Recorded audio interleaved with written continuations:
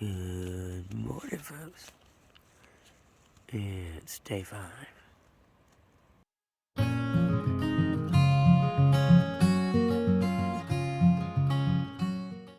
This camera does not capture this sunrise. It has colors like tangerines and pinks and purples and blues, all mixed in just at the horizon line. It's insane.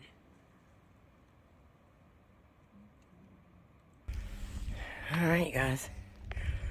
I'm on my way to Blood Mountain. I want you guys to see this view. It's just a gorgeous morning. It was cold. It was cold last night, but it wasn't bad. But I gotta hike up. Whew.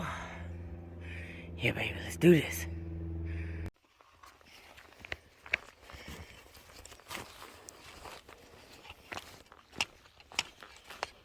Check out my trail. Figured I'd take the time to show you guys what the trail looked like while I'm going down. And my right calf is feeling it today. It was my right hamstring earlier. Now we're going downhill. It's my right calf. But it's not a bad pain. It just has that, like, oh, I'm tired. I need you to take 10 pounds off your back. Just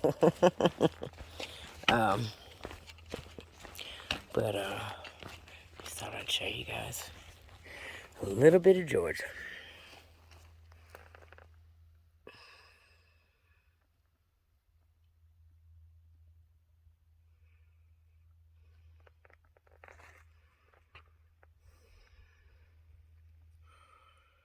And it's just beautiful. It's so quiet.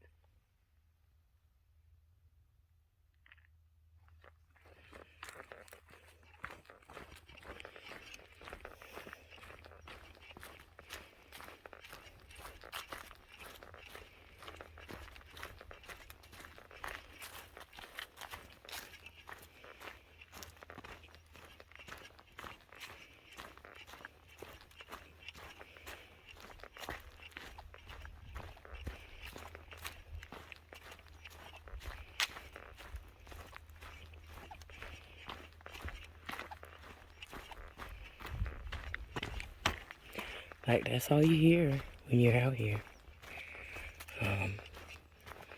You just hear yourself and your thoughts.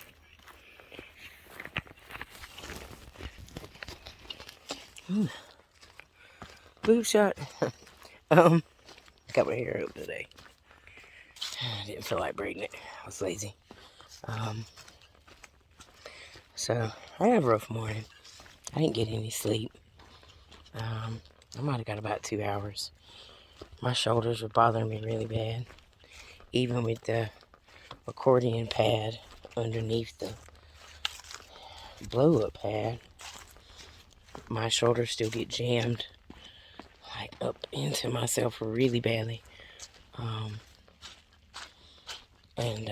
This little water source. I need some water, but I don't know if I feel like stopping.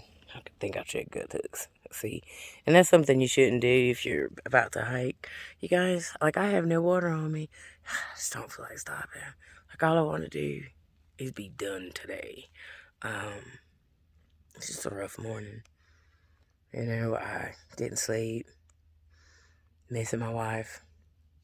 All I could think, if I was at home and laying next to her, I'd be able to sleep so good. And, you know, which I knew that was going to be the roughest part about this journey, is being away from the people who love you the most. But she's absolutely amazing. She's got a lot going on today herself. And she still took the time to talk me through my bad morning. because she knows the climb that I have today. She's got the AWOL guide at home. She watches all you guys' YouTube stuff and all in the Facebook groups. And so she knows. But, and thank you for that, baby.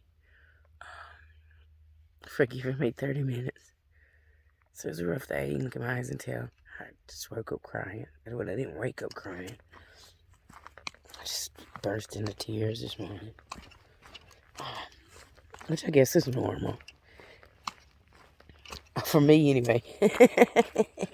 I don't know about the rest of y'all, but it's normal for me. This happened last year. About the same day. I didn't get any sleep. But the great thing, the good thing about doing shakedowns is that, shakedown isn't just about figuring out your gear and, getting your legs ready and stuff like that. It's the mental prep that comes along with a shakedown as well. And so we knew that this day was going to come. And we had talked about it and talked about, how I can handle it, how she can handle it. So that, we handle it as best we can. And so we did good, and I feel good. I feel like my head's in a good spot, So I know that I got to get this climb done, and then I get a 0 tomorrow because it's going to be raining in 29 degrees. And they say you should base your zeros off the weather. So I'm basing it off the weather. Anyway, which is good though, because my ankle really needs a rest. It's done really good today. Hasn't rolled it or anything, and it looks good. But I know it needs a rest. I knew that was going to be the one body part that would gets me every time. But those old injuries, they always get you. But anyway, just wanted to say thank you, baby, for keeping my head in the game. Alright, I gotta go check Gut Hooks and see if this is my last water source, because I'm gonna have to have some water. I know what it's like to hit that wall coming down Blood Mountain. I had to call on the ancestors, honey, last time to get me down here. Hi, I'm Ashley, and I am a volunteer trail ambassador with the Georgia Appalachian Trail Club. And I'm going to tell you a little bit about Leave No Trace. So, if you're not familiar with Leave No Trace, it is a system of outdoor ethics. It's not really rules, they might change depending on what kind of environment you're in, but it's just a set of guidelines to help you come out and enjoy the wilderness and try to leave it looking as wild and wonderful for all the other hikers who are coming behind you. So we have a system of some hand signals to help you remember these guidelines. So number one is to plan ahead and prepare. So when you're heading out for a hike, make sure you look at the maps, you know where you're going, make sure you're carrying the stuff that you need so that you can have a good hike and be safe out there. Number two is to travel and camp on durable surfaces. That just means stay on the trails, camp in tent sites that are already existing so that you're not trampling all the foliage and stuff, and folks will have an opportunity to come out and enjoy the trail looking the same way it looked when you came out here. So number three is dispose of waste properly. So obviously that's talking about your trash and stuff. You don't want to leave trash out here. Even things that might be natural, like a banana peel or something like that, they take a long time to break down, and they're not natural to this environment, and it just makes the animals think, wow, people have great food and we want the animals to stay wild. But the reason it's this signal is because also you need to think about how you're going to go to the bathroom out in the wilderness. And if you're going someplace that doesn't have bathrooms available, you're going to need to bring a tool to dig a 6 to 8 inch cat hole and bury your waste out in the woods, 200 feet away from any of the water sources. So number four is leave what you find. And basically that's just leaving everything the way that you found it when it was out here. If you go out and you walk past some beautiful wildflowers and you see them and they're so beautiful to you, if you pick them, you think the next hiker coming up behind you isn't going to have that same experience of beauty that you had. So even things like that, if you just leave them there so all the hikers can enjoy them when they're out here, and you know, don't leave other stuff out in the environment as well. So number 5 is manage campfires properly. All of, you know, if you can have your campfires out here, that's fine, but you should use wood that's already down off of a tree, not cutting down trees and things like that. Use down, dinky wood that's no bigger than the diameter of your wrist, and dead wood that's already out. And keep fires small enough so that you can put them out thoroughly when you go to bed at night. We don't risk having wildfires out here, so that people can't come and enjoy the environment out here. Come on, number 6. Number 6 is my favorite. Respect wildlife. A little barriers up here. Just respect the wildlife when you're out here. One of the things we say is rule of thumb. If you can put your thumb out in front of you and you can still see that animal, you are too close to them. So use that rule of thumb and make sure you're far enough away. Use your zoom on your camera to take a picture of them, and just respect that this is their environment. So, you know, don't damage the environment. Don't leave your trash out here and things like that. Let them live in the wild the way they're supposed to be living. And then the last one is number 7, and that is to be considerate of other visitors. So it's like, hey, how you doing? Peace be with you. Just be respectful of the other hikers who are out here in the environment with you, and they want to enjoy the wilderness the same way you are. So don't be playing your music too loud or things like that. Just be respectful that everybody's out here to have their own experience, and let them decide what that's going to be. So that's Leave No Trace, and hopefully when you come out in the wilderness, you'll have a great experience, and you'll be able to leave it looking as good as it looks for future hikers coming behind you. Thank you. All right, guys, I have made it to Blood Mountain. This is the highest peak in Georgia, and I was fortunate enough to get here on a beautiful day, and the view and the skyline is absolutely gorgeous. And I got to see, look at that, boys. Tell you what, if you're like a baby rock climber, you could have a ball out here. Like, I bet that's where bears sleep at in the winter time.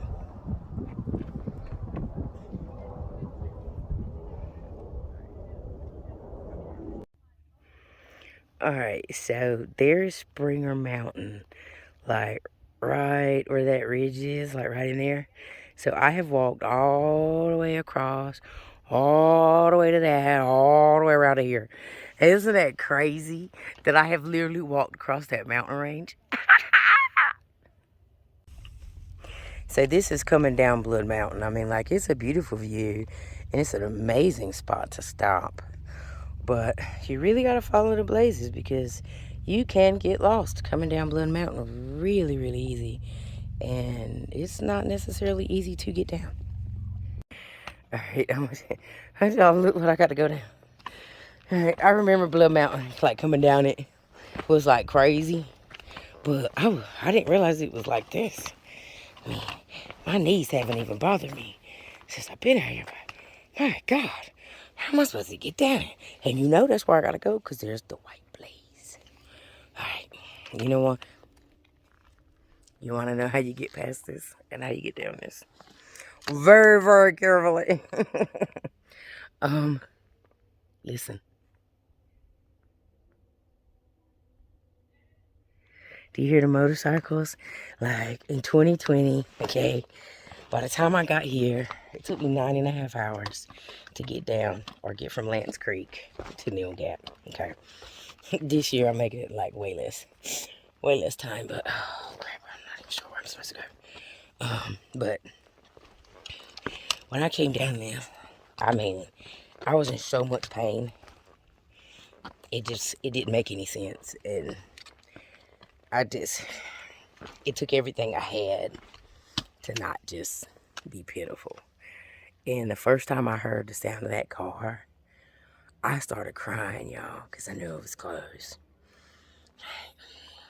Even now, remembering that brings tears to my eyes.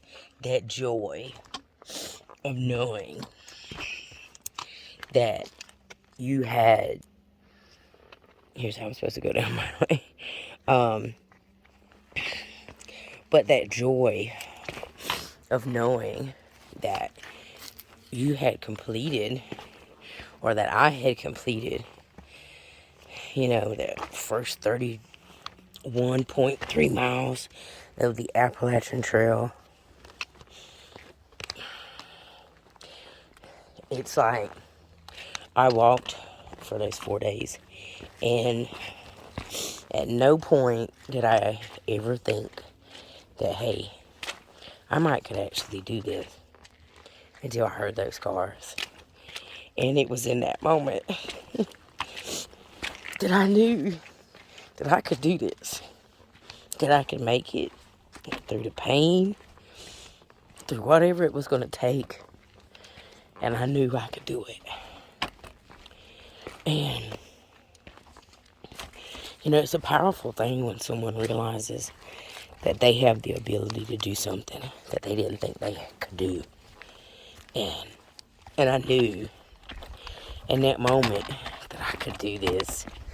Like, that this was a dream that was a doable dream. You know, they say sometimes if you dream an impossible dream, and if you dream it long enough, you can make it possible. And I've dreamed it long enough that I know it's possible. Because I've done it in like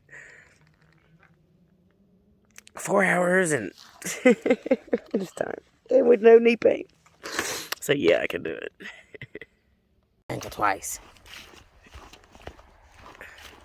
Oh wow, we're not even recording. You guys see that road down there? Listen. Oh, there was a car. That means I'm almost there. I'm almost at mountain crossing. So, to my family that does not know, we are about to come upon Neal Gap. And you will hear people pronounce it Neal's Gap. They'll say Neal's Gap. No, there's no S in it, folks. If you're a future thru hiker, I just need you to understand there is no S. It is not Neal's Gap. I too made the same mistake. But once I started looking it up, nope, it is Neal. Apparently, I don't know who he was. But honey, Neal got a gap named after him. And at that gap is a store. Well, the history of it, it was actually built by the ATC back in the day. And it used to be, basically, it was there. It was built to throw parties for rich folks so that they could give their money to the Appalachian Trail and to help the trail get built. Because it was like a who's who of society back in the day, from like Atlanta and all that stuff. And they all had parties up here and would promote the trail. And eventually, it was sold to a private owner. And a couple owned it for years and named it Mountain Crossings.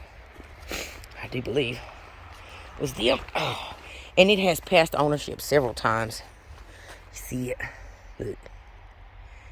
Yeet, yeet. That's the side of it. So it has passed ownership several times. And it has a hostel that's closed because of COVID. And basically, the Appalachian Trail actually walks right through the building. And so it is the only place that the trail actually walks through a building. So it is kind of like that first milestone that people get to. And there are lots and lots and lots of people who get here after coming down Blood Mountain. Like, my knees have not hurt, and they are screaming now. It's not an easy climb. And people come down Blood Mountain with all this weight on their back, and they say, I'm done. Half of them are just waiting to get here so they can be done. And they already decided they were done. But it's like my first milestone in my head.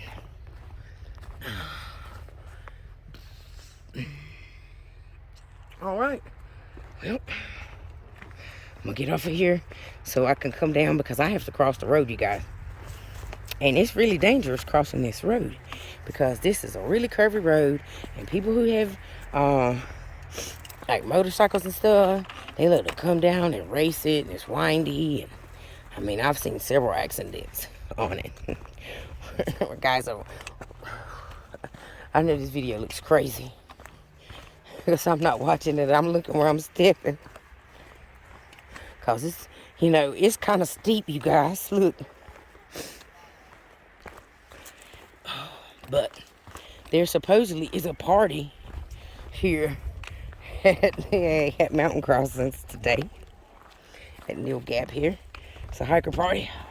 Start off the hiker season. And all I want is, I'm not gonna lie, I want a beer. I'm just so excited for beer. I'm not even hungry. That's sad. I do want a steak and a salad though. Ooh. Listen. See this curve? It's what I gotta walk across. And it's a blind curve at there. And they have look like they put a flashy light or something. I don't know. I know there's some motorcycle lights. But they have painted a walkway across the road. So that's good. Somebody's thinking about us hikers.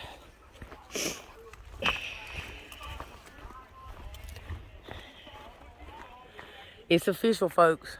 I have made it to Neal Gap. Yay, yay. And what's funny is right there, it has an S in it. But it really doesn't have an S in it. Just being honest. It's supposed to be Neal Gap. But I bet somebody out there is like, no, it's not. It's got an S in it.